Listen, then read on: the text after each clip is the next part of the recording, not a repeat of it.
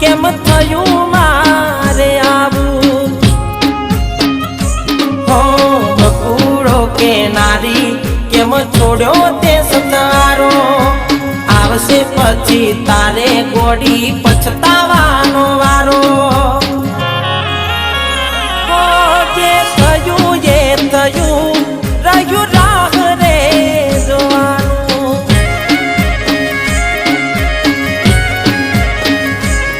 કેવા નસીબ અમારા થયું જુદા પડવાનું.